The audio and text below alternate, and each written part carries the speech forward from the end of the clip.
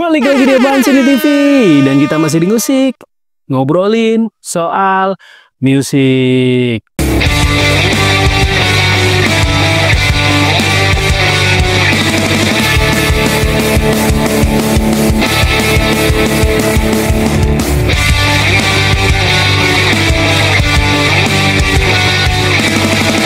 Musik, ngobrolin soal musik. Masih sama gua tentunya, dan yes, gimana kabar kalian hari ini? Semoga sehat dan berkah selalu buat lu yang masih setia nonton video di channel ini guys ya. So, jadi hari ini gua balik lagi akan ngebahas tentang Green Day lagi. Setelah episode yang lalu gua bahas tentang lagu-lagu percintaannya Billie Joe Armstrong yang ditulisnya untuk Green Day. Tapi hari ini gua nggak akan ngebahas tentang lagu percintaan, tapi gua akan ngebahas beberapa lokasi yang ada di sekitar kehidupannya Billie yang menjadi inspirasi untuk dia menulis lagu-lagu legendaris untuk Green Day. Tapi buat lu yang baru bergabung di channel ini, jangan lupa selalu dukung channel ini dengan cara gimana? Sebenarnya cukup simpel. Cukup lu like, comment, subscribe, jangan lupa di share. Kita bangun channel ini ke depannya agar lebih berkembang lagi guys ya. Nanti kita akan ngobrol-ngobrol lagi seputar Green Day karena ini bakalan seru banget. Tapi kita langsung ke infonya dulu nih guys. Let's go!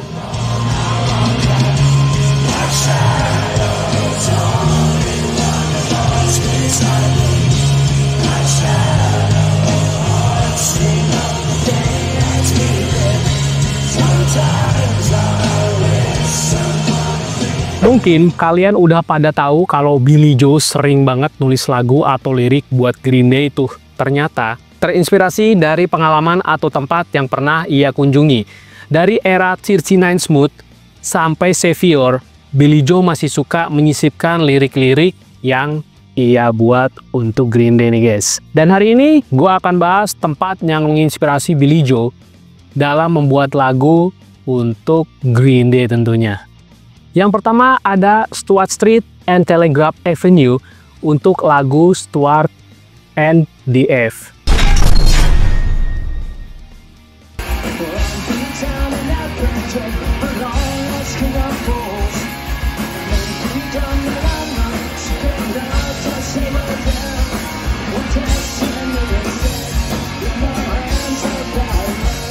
Banyak yang ngira lagu ini soal cinta bertepuk sebelah tangan nih guys.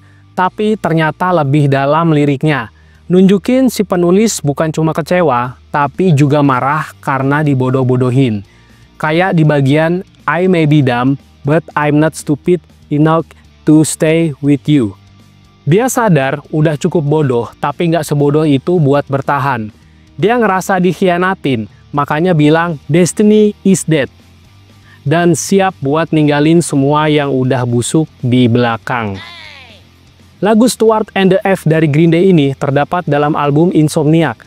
Album ini adalah album studio keempat yang mereka rilis pada tahun 95 silam, guys ya.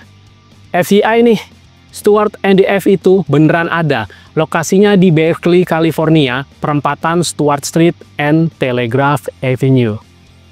Lanjut, yang kedua ada Christie Road.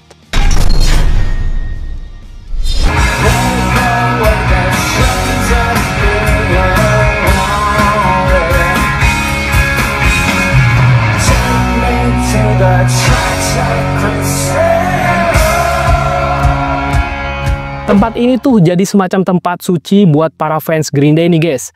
Hampir setara lah sama 924 Gilman Street. Lokasinya ada di 1050 Christie Road, Martinez, CA. Lagu ini dirilis di album kedua mereka, Kerplunk, tahun 91 silam. Dan masih jadi favorit fans Green Day sampai sekarang nih guys.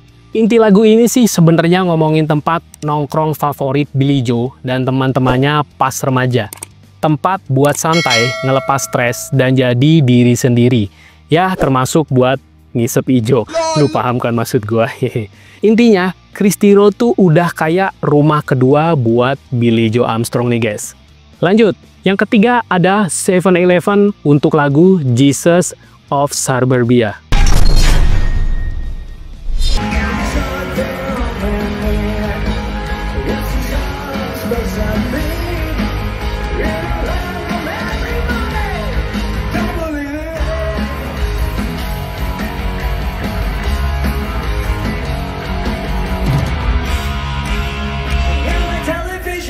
Lagu yang hingga kini masih sering dibawain sama Green Day dan baru-baru ini dipakai Green Day buat ngedukung Palestina di acara Coachella 2025 kemarin. Dan itu udah gue bahas di sini, tonton dulu kalau memang lo belum lihat. Di lagu ini, Billie Joe terinspirasi dari sebuah minimarket 7-Eleven yang dulu alamat pertamanya ada di 2869 Pinole Valley Road, Pinole, CA. 7-Eleven ini dekat banget dari SMA-nya Billie Joe dan Mike Dirnt. Dan deket sama Fiat Music, di mana Billie Joe dulu pernah les musik nih guys. Jadi kemungkinan besar ini lagu yang menginspirasi lirik di lagu Jesus of Suburbia. Liriknya kayak gini. At the center of the earth, in the parking lot of the 7-Eleven, where I was stopped, the motto was just a lie. Alamat kedua ada di 1908 Colorado Boulevard, Los Angeles, CA.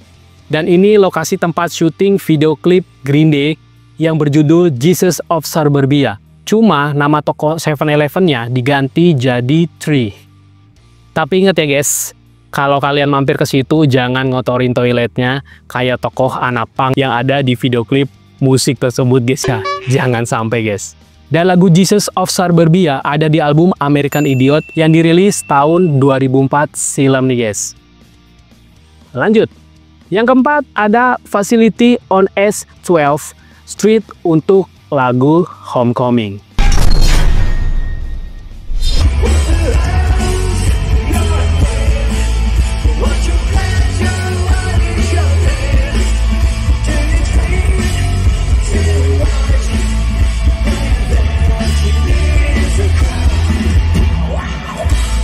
Disebut di lagu Homecoming dari album American Idiot ini, banyak yang percaya ini adalah sebuah kantor polisi, di mana Billie juga pernah dibawa setelah kena kasus DUI atau nyetir dalam kondisi mabuk nih guys. Wah gokil ya, masa remajanya bos, jadi wajar lah. Lirik yang ditulis Billie Joe, Jesus is dialing out paperwork now at the facility on S12 Street, yang beralamat di 2425 S12 Street, Oakland, CA. Lanjut, yang kelima ada Take What Hill.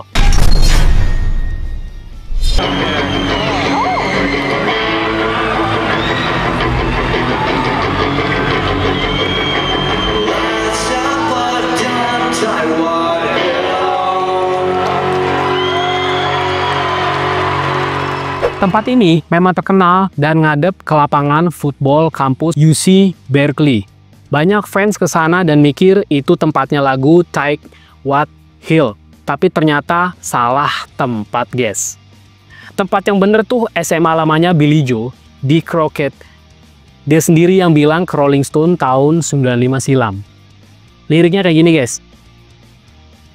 Keep set on the hill, a thrill seeker making deals. Sugar City, Archin, wasting time. Ton of lunatics, beggings for another fix, turning tricks for speedballs, one more night. Dan lagu Take What Hill ada di album Insomniac yang rilis tahun 95 silam guys ya.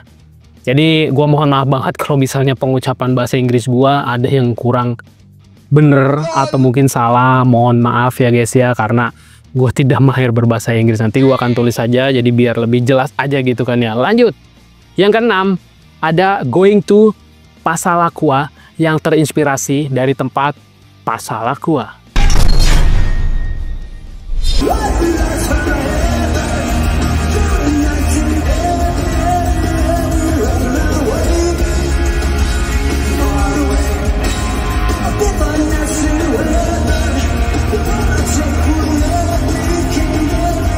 Judul lagu Going to Passalaqua dari album 39 Smooth yang rilis tahun 90-an ini ternyata mengambil nama dari rumah duka di Benicia, CA.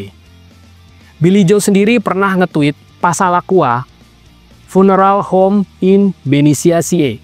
Kita sering main di rumahnya Desba sama Carmel Barnes. Banyak banget show keren bareng Monsula di sana. Oh ya, ejaan asli tempatnya tuh Passalaqua, tapi ditulis salah di judul lagunya Green Day guys ya. Jadi ya udahlah, nggak masalah. Yang penting lagunya keren men. Jadi kalau salah-salah ketik wajar lah. Namanya juga punk ya nggak? Lanjut. Yang ketujuh ada Welcome to Paradise yang terinspirasi dari warehouse atau gudang di 7th Street di West Oakland.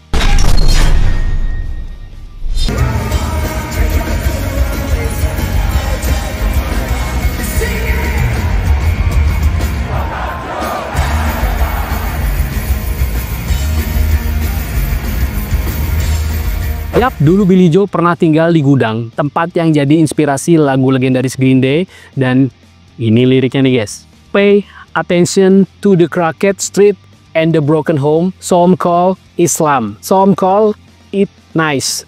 I want to take you talks, I was land, I like to my home, welcome to paradise. Lokasi ini udah dikonfirmasi lewat dokumenter Ultimate Album Dookie dan tweet dari Billie Joe. Tweetnya kayak gini nih guys, nanti kalian baca sendiri aja. Dan lagu Welcome to Paradise ada di album ketiga Green Day, Dookie, yang rilis tahun 91 silam guys ya. Dan memang gue bilang Welcome to Paradise nih amat sangat legend ya, keren banget sih lagunya sih, dan banyak menginspirasi buat band-band lain menulis lagu mungkin ya kayak gini. Lanjut, dan yang ke-8 dan yang terakhir pula guys ya, ada Studio X180 Jingletown yang menginspirasi lagunya Homecoming and Nightlife milik Green Day guys.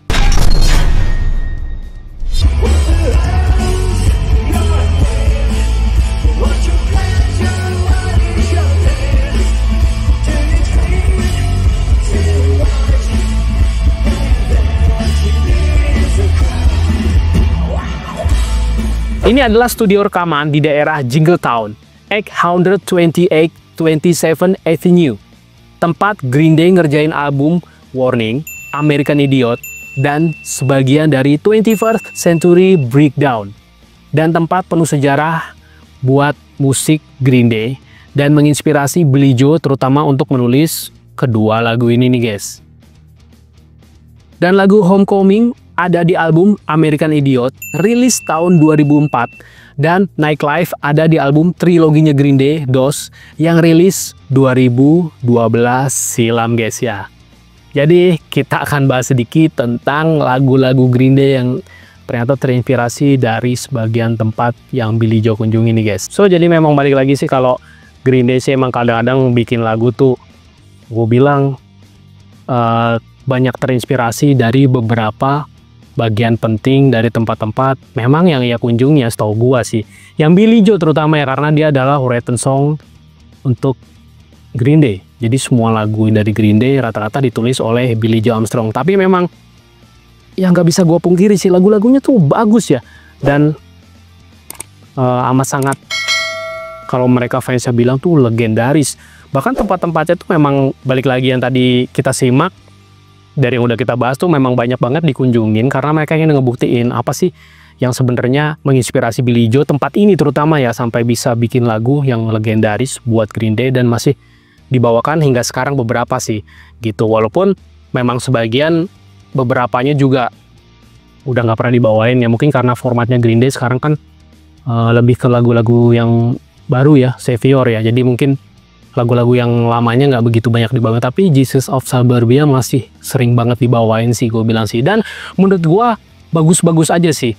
Jadi memang kadang-kadang musisi bisa dapat inspirasi tuh nggak hanya dari ya percintaan aja, ternyata dari tempat yang melatar belakangi kehidupan dia. Mungkin dia pernah tinggal di gudang kayak yang Welcome to Paradise itu kan, itu bisa jadi lagu yang legendaris hingga sekarang. Coba kan sampai sekarang masih dibawain lagu-lagunya itu sama anak band zaman sekarang ya. Dan gue bilang sih memang ya udah sih cukup menginspirasi banget lagu-lagunya Green Day yang terinspirasi dari beberapa tempat yang Billie Joe kunjungin atau yang biasa ia singgahi bareng teman-temannya ataupun bareng keluarganya, mungkin jadi inspirasi lagu ya. Mungkin infonya sampai sini aja, nggak usah panjang lebar. Gue hanya pengen ngobrolin tentang ya lokasi yang menjadi inspirasi Billie Joe dalam menulis lagu-lagu Green Day yang legendaris gitu. Kayak semoga yang lo nonton juga nggak bete gitu kan, tetap enjoy kita bahas apapun, mau Green Day, mau band lain pun. Karena hari ini gue lagi ngebahas Green Day, kita bahasnya Green Day ya.